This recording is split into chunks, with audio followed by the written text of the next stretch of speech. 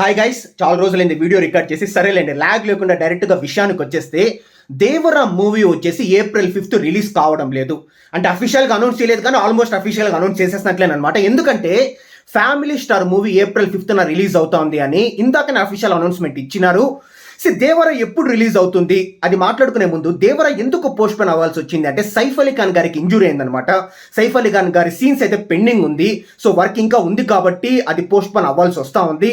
And Devara ఎప్పుడు release అయితే better అంటే, చాలా మంది వచ్చేసి August 15th రిలీజ్ అయితే బెటర్ అని చెప్తున్నారు. బట్ కానీ August 15th రిలీజ్ కాదు. ఎందుకంటే పుష్ప 2 మూవీ ఎట్టి పరిస్థితుల్లో August 15th రిలీజ్ అవ్వాలి అని ఈరోజు మార్నింగ్ అల్లు అర్జున్ గారు వచ్చేసి డైరెక్టర్ కావచ్చు, ప్రొడ్యూసర్ కావచ్చు, మొత్తం టీమ్ మొత్తానికి చెప్పడం జరిగిందంట. సో ఆ పెండింగ్ సీన్స్ కావచ్చు, పోస్ట్ ప్రొడక్షన్ వర్క్స్ కావచ్చు, అంతా కంప్లీట్ చేసుకుని ఖచ్చితంగా August 15th రిలీజ్ కావాలి అని చెప్పారంట. సో August 15th వచ్చేసి పుష్ప 2 ఫిక్స్. అండ్ దేవరా ఎప్పుడు రిలీజ్ అవుతే బెటరు, నేను వచ్చేసి ఇందాకనే డేట్స్ చూస్తాను. నాకు ఒక 3 డేట్స్ అయితే నాకు బాగా నచ్చిందనమాట. ఆబ్వియస్లీ August 15th లోపల రిలీజ్ అయితే నేను కూడా చాలా హ్యాపీనే. ఒకవేళ August 15th తర్వాత రిలీజ్ చేస్తారు అంటే, ఫస్ట్ డేట్ వచ్చేసి నాకు బాగా నచ్చిండే డేట్ September 6th గైస్. ఎందుకంటే September 7th వినాయక చవితి అనమాట. వినాయక చవితి సాటర్డే వస్తుంది, September 6th ఫ్రైడే అనమాట. So that will be a good day. And second date ఏంటంటే మనకు వచ్చేసి October 11th వచ్చేసి ఫ్రైడే, October 12th విజయదశమి వస్తుంది అనమాట, Saturday. October 11th is also a very good date. Third date ఏంటంటే October 31st థర్స్డే వస్తుంది అనమాట, దీపావళి. ఆ రోజు రిలీజ్ చేస్తే నెక్స్ట్ ఇంకా ఫ్రైడే కాబట్టి సాటర్డే సండే వస్తుంది. సో ఈ 3 డేట్స్ అయితే చాలా బాగుంది. September 6th కావచ్చు, October 11th కావచ్చు, October 31st కావచ్చు. ఈ 3 డేట్స్లో ఏదైనా ప్రాపర్గా ప్లాన్ చేసి రిలీజ్ చేస్తే నిజంగా మంచి కలెక్షన్స్ అనమాట. సరే, కలెక్షన్స్ దేవరా మూవీ అంటాను కాబట్టి ఇంకొక విషయం నేను చెప్పాలనుకుంటున్నాను. దేవరా కోసం నేను చాలా ఈగర్గా వెయిట్ చేస్తున్నాను ఈ ఇయర్లో నేను వచ్చేసి. ఎందుకంటే దేవరా అంటే ఈ ఇయర్లో వచ్చేసి నేను పుష్ప 2 కోసం కూడా నేను అంత ఈగర్గా వెయిట్ చేయలేదు. దేవరా కోసం నేను ఎందుకు అంత ఈగర్గా వెయిట్ చేస్తున్నాను, ఒక 3 కారణాలు ఉన్నాయి.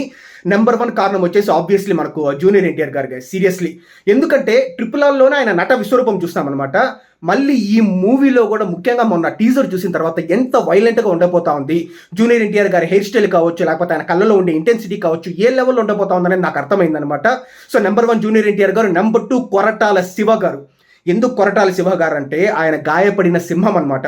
నిజంగా KGFలో డైలాగ్ ఉంది కదా, గాయపడిన సింహం నుంచి వచ్చే శ్వాస దాని గర్జన కంటే భయంకరంగా ఉంటుంది అని. ఆయన మంచి మూవీస్ తీస్తున్నాడు. మిర్చి కావచ్చు, శ్రీమంతుడు కావచ్చు, జనతా గ్యారేజ్ కావచ్చు, లేకపోతే భరత నేను కావచ్చు. ఏదో ఆచార్య ఒకటి అట్లా అయింది, కానీ దాన్ని ఆయన వేసుకున్నారనమాట. సో ఇప్పుడు దేవరాలో నా బెస్ట్ వర్క్ అని అంటానే ఉన్నాడు. సో ఆబ్వియస్లీ దేవరా తన బెస్ట్ వర్క్ ఉండబోతా ఉందని నాకు అర్థమైందనమాట. ఆ గాయపడిన సింహం నుంచి వచ్చే శ్వాస ఎట్లుంటుందని చూడాలనుకుంటాను. అండ్ నెంబర్ 3 వచ్చేసి అనిరుద్ధ్ గైస్. నేనైతే అనిరుద్ధ్ గారికి చాలా పెద్ద ఫ్యాన్ అనమాట. జూనియర్ ఎన్టీఆర్ గారికి యాక్టింగ్ వైజ్ నేను ఎంత ఫ్యానో, మ్యూజిక్ వైజ్ అనిరుద్ధ్ గారికి నేను అంత ఫ్యాన్ అనమాట.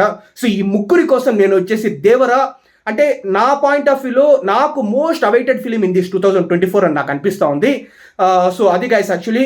So Devara as soon as possible release అయితే నేను హ్యాపీగా ఫీల్ అవుతాను. నేను ఒక్క విషయం నేను చెప్పాలనుకుంటున్నాను. ఇప్పుడు మనం చూస్తూ ఉంటే చాలా మంది వచ్చేసి బీపీ కావచ్చు, షుగర్ కావచ్చు, లేకపోతే గ్యాస్ట్రిక్ కావచ్చు ప్రాబ్లమ్స్తో బాధపడుతూ ఉన్నారనమాట.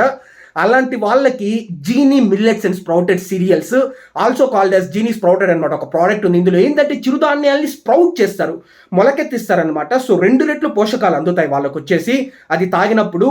సో అంటే నీళ్ళల్లో నానబెట్టి చిన్నపాటి మొలకలు వచ్చేంత వరకు మొలకెత్తించి, ఈ రాగులు కావచ్చు, జొన్నలు కావచ్చు, సజ్జలు కావచ్చు, లేకపోతే శనగలు కావచ్చు, వీటిని మొలకెత్తించి దాని తర్వాత వచ్చేసి మళ్ళీ మట్టి కొండలో వేయించి రాతి మిల్లులో పొడి చేసి సహజంగా ప్యాకేజింగ్ చేస్తారు. కాబట్టి బీపీ, షుగర్, గ్యాస్ట్రిక్ ఈ టాబ్లెట్స్ సహాయం లేకుండా పర్మనెంట్గా న్యాచురల్గా తగ్గించుకోవాలి అంటే genie sprouted, also called as genie millets and sprouted serials is the best solution guys.